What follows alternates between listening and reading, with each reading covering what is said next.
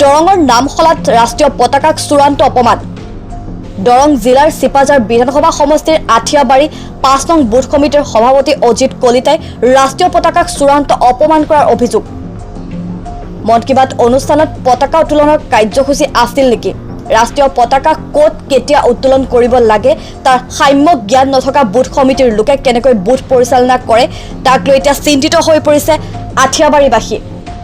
ৰাইজৰ অভিযোগ অনুসৰি দেওবাৰে উত্তোলন কৰা পতাকা আজিও অৱনমিত নোহোৱাত জাঙুৰ খাই উঠিছে এতিয়া সচেতন মহল।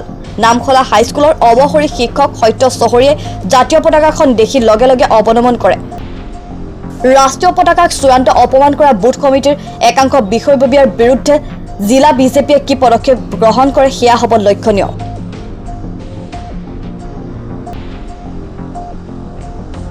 যোৱাকালি ইয়াতে আমাৰ বিজেপি কমিটিয়ে বুথ কমিটিয়ে মানে ইয়াতে কিবা ত্ৰিৰংগা পতাকা উত্তোলন কৰিছিল কিবা বিজয় উৎসৱৰ কাৰণে, কিন্তু কালি 11টা বজাৰ পৰা আজিলৈ এতিয়ালৈ তাৰমানে আমাৰ হেৰি হোৱা নাই, পতাকা নিমোৱা নাই। এইটোতো আমি বুজি পোৱা নাই যে আমাৰ জাতীয় পতাকাবিলাক 5টা বজাত অৱলম্বন কৰিব লাগে, কিন্তু আমি আজি এতিয়া 10টা বজাত এতিয়ালৈ মানে হেৰি কৰা নাই, নিমোৱা নাই।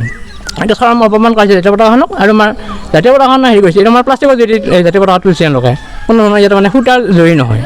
এনেকুৱা হৈছে আমাৰ আঠিয়াবাৰী বুথ কমিটিয়ে এইটো কাম বেয়া কাম এটা কৰা বুলি মই ভাবোঁ। আৰু আমাৰ আঠিয়াবাৰী বুথ কমিটি এতিয়ালৈ কোনো ধৰণৰ মানে অৰুণোদয় ফৰ্ম বিতৰণ কৰা নাই আমাৰ গাঁৱত। কোন সমষ্টিত আঠিয়াবাৰী কৱাখা সমষ্টি চিপাঝাৰ আমাৰ নামফলা গ্ৰাম পঞ্চায়তৰ আঠিয়াবাৰী ক ৱাৰ্ড। ইয়াতে মানে আজিলৈ মানে কেনেকুৱা আছিলে হে ঘটনাটো কি আছিলে?